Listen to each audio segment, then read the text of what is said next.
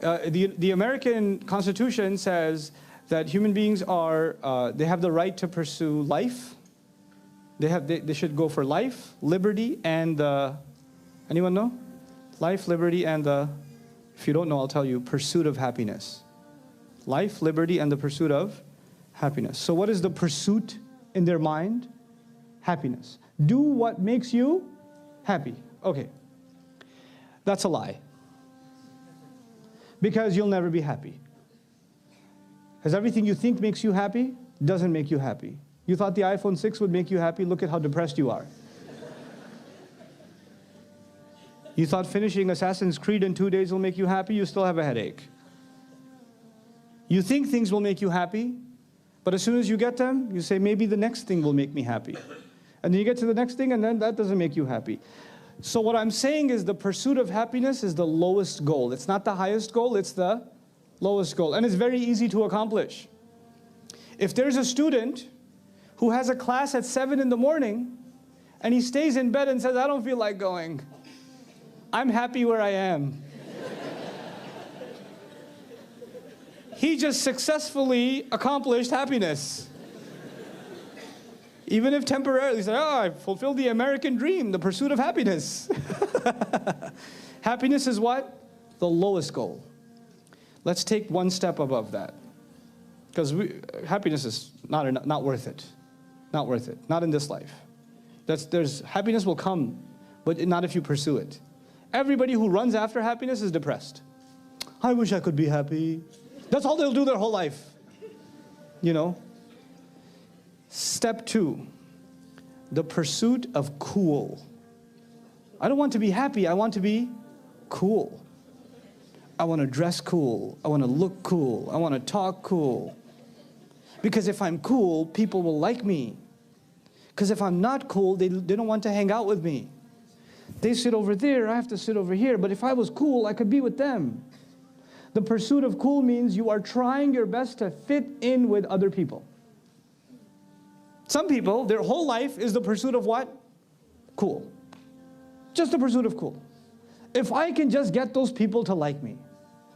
And for doing that, they will change the way they dress, they'll change the way they talk, they'll even watch movies that they don't want to watch because they want to fit in with that crowd. You know, they'll use language that they would never normally use just to fit in. And it's a pretty sad way to live because now you're not living for yourself. You're living for somebody else's standards. And some people, this is not just a teenage problem or a college student problem, even adults. Adults, pursuit of cool. They have a different cool. All their friends bought a house. I'm the only one living in an apartment. I should take a loan and I should also buy a house so I can be with them. So I could say I have a house too, even if taking a loan is going to ruin my life. Because I have to fit. So there's the pursuit of happiness, and then what's there? The pursuit of cool. Then there's another step. One step above that. By the way, if you want to pursue cool, it takes a little more work than happiness.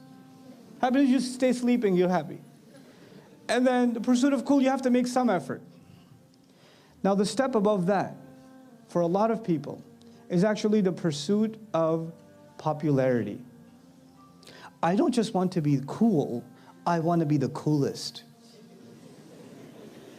When I drive into campus, everybody looks at my car. Wow. I'll tell you a funny story. One time there was an Islamic lecture. I mean, I don't give very Islamic lectures, as you can tell, but still, I was giving a lecture, and what happened was this one guy walked into the hall. And this guy was the coolest. It's a nighttime lecture, he has sunglasses on. When a guy has sunglasses on at nighttime, he's trying to be the coolest. He had like a couple of buttons undone from the shirt, and he walked in real slow.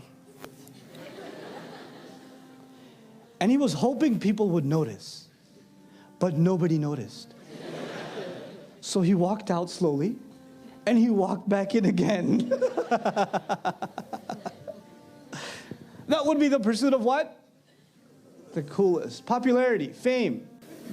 The next pursuit is prestige. In other words, you don't have much to offer but you like to put your name next to something that everybody likes. You know, you're talking to someone and they'll tell you, like I was one time, I was talking to someone and they say, yeah, and they in the middle of conversation, they pulled out their ID tag and they flipped it over because they work at Google.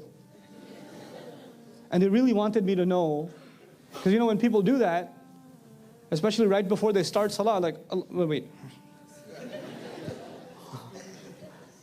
Because they want people to come, oh, you work at Google? Yes, yes, how did you know?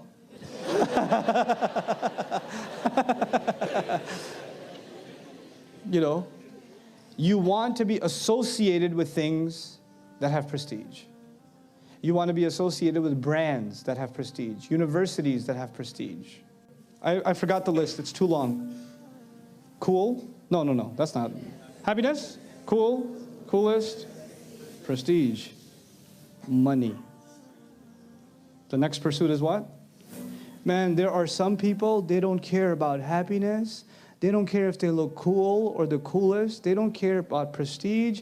They're wearing a dirty t-shirt and jeans. They're sitting in their basement hacking away at their computer because they're developing the next big app that they're going to sell and go public. Company's going to go public. The guy hasn't brushed his teeth in 5 days. The guy hasn't, you know, he's eating like potato chips and whatever to survive. All he cares about is he's going to sell this thing and he's going to make a lot of what? Money. And those people are super focused. Money people are very focused people. They're very focused people. Allah even describes them as الَّذِي جَمَعَ مَالًا وَعَدَّدَهُ. He gathers the money and he keeps counting it. There are some people who Allah made to make a lot of money. They're really good at it. And you'll never be able to tell. Or they'll drive the oldest Proton that can be found on the earth. And they own like an oil and gas company and they have, you know, 300, 400 million to their name, but you won't know. You will not know. They're wearing a ripped t-shirt, and I met people like that all over the world. Because they're focused. Their focus is what? Money. Money, business. That's what they're going to do. And that's all they ever think about. Then the pursuit of number one. Let me tell you what that means, the pursuit of number one. I don't just want to be the engineering student. I want to be the best student this university ever had. I want to be the valedictorian. I want to get 100 on every test. I'm not happy that I got a 99. Everybody else in class, when they get a 75, they're like, yes, I passed. When I get a 99, they say, why did I get a 99? I needed to get 100. Why did I get this wrong? And I will go and argue with my professor about that one point, and the professor will look at me like, you're so smart. Why are you so stupid? Why are you obsessing over 1 point? Why are you arguing about me over this? Nobody even came close. No. That's not good enough for me because I need to be what? Number one. There are people in this life who, whether they go into studies or they go into sports or they go into, you know, business or they go into whatever they go into, they cannot ever be happy until they are what? Number one. And they don't even compare themselves to anybody else. They don't. They stop comparing themselves. But the pursuit of number one, now we're getting somewhere. These are people that end up changing the way the world looks. You know, because they push and they push and they push. The Islamic concept of ihsan. This is the Islamic concept of al-ihsan. But this is not enough. Even the pursuit of number one is not enough for some people. There's a level even above that. You, George Foreman, all of you chumps are gonna bow when I whoop him. All of you. I know you got him. I know you got him picked, but the man's in trouble. I'm gonna show you how great I am. So even though we face the difficulties of today and tomorrow, I still have a dream. It is a dream deeply rooted in the American dream. Because even if you're number one, how long are you going to live? However long Allah decides, and then you're going to die. And then somebody else will be number one, isn't it? You need to do something that lives longer than you. There are people in the world who don't care about money, who even being number one is secondary to them. Even that is not a primary objective. Their primary objective is leaving a legacy, impact. They are not pursuing something for themselves. They live their life in pursuit of impact. So after number one, there is impact. Now, please understand, it doesn't mean that they make impact. It only means that they pursue impact. They don't have to make impact, they have to pursue impact. For example, somebody says, I want to fight hunger in the world. I want to make sure nobody in this city, no child in this city is hungry. That's a big goal. It's bigger than myself. It's a much bigger goal than myself. And maybe I'll never achieve it. But I will keep trying and keep trying and keep trying. And I'll do something that is far beyond myself. And guess what's going to happen if you're sincere in this? If you're sincere in leaving impact, then Allah empowers you. And Allah gives barakah in your work. And you'll see the impact far beyond what you could have imagined. And sometimes it happens in your own lifetime, but you don't care. Even if it doesn't happen in your own lifetime, that wasn't your problem. If it happens 100 years after you're gone, you're still happy. Because you didn't want to see the results. You just wanted to work towards them. And that was enough for you. You did not get depressed when you didn't see the results. As a matter of fact, you were only more motivated that there's more work to do. I haven't done enough yet. So you're not even pushing. The difference between number one and impact, the guy who's pushing himself to be number one is only concerned about who? Himself. The person who's pushing themselves for impact, they become number one anyway because their concern is much bigger than themselves. They're thinking about something much, much bigger than themselves. So they keep pushing and they keep pushing and they keep pushing. And this is not just limited to Muslims. People like Nelson Mandela is an example of pursuit of impact. He spends a good time in his life sitting in a jail cell, but he leaves a remarkable impact on the world, on the way the world thinks, And so, and by the way, this idea, beyond ihsan for yourself, after that, this idea of impact is actually very, very fundamental to Islam. The idea of sadaqah jariyah, the idea of leaving something good that is far beyond yourself. The idea of planting a seed in the ground. When a Muslim plants a seed in the ground, they're not waiting for the tree. They're making dua that one day when this tree grows, somebody will sit in its shade, much after I'm gone, and I will get the reward.